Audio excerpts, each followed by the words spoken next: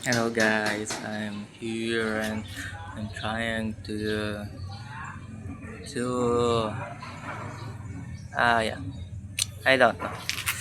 Trying my faith on something here, trying to apply something.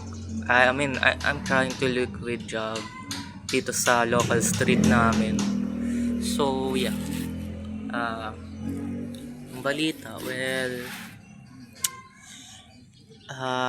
nag-attempt ako na magbasa ng mga resume at walang nagre-respond. But may isa ako nakausap dyan sa malapit lang na deliver station.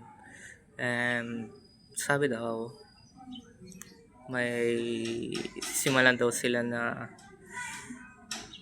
tindahan doon. And then, susubukan nila ako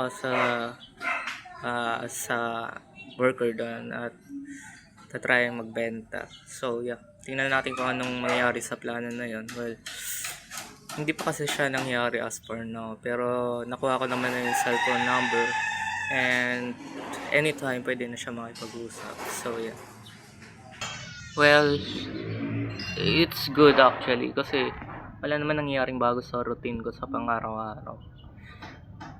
And minsan wala din ako sa mood makipag-usap kung kani-kanino, but I'm trying my best na gumalaw-galaw kahit papaano. Kaysa naman mag-cellphone lang ako lagi sa bahay at wala akong napapala sa ginagawa ko doon, at pakiramdam ko nawawalan din ako ng kakayahang gumalaw sa sarili ko. So I'm glad na may mga tao pa rin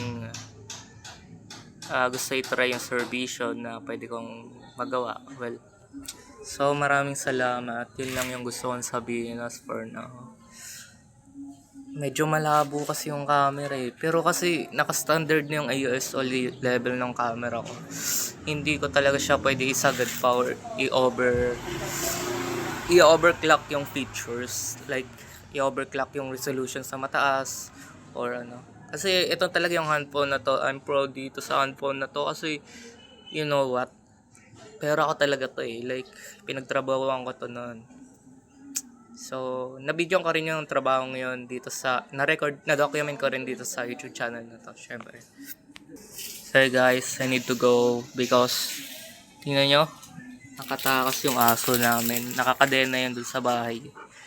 Say hello, tuta. Say hello, tuta.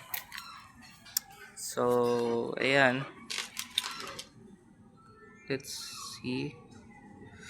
Hindi ko maro-rotate yung camera dito sa photon camera kasi itong ginagamit ko. Medyo laggy to pero maganda yung quality niya pag itatry natin sa recording. Well, ayan, maganda yung upscale ng resolution, maganda din yung color grading. So, hindi ko pa kasi afford bumili ng totoong camera So, ngayon, ayan, alternative lang yung ginagawa ko. So, yun ang tuta, nakalaya na naman siya. Hay nako. Actually, yung normal na camera ko ang pangit ng quality kasi yung color grading ng lens at saka nung shading ng skin tone, ayun talaga tinitingnan ko pagdating sa camera. Minsan kasi pag yung iba ay patay na patay yung quality ng camera, parang desaturated masyado at hindi siya engaging tingnan at hindi din near sa paningin ng tao yung quality. So, yun ang ma-encounter mo yung mga cheap quality ng resolution ng camera pag yung binili mong phone ay hindi naman ganun kamahalan or low end lang, low class na version. So yeah, maraming salamat sa panonood. Yan lang yung Chio for today. So bye. Salamat sa panonood sa video na ito. So bye.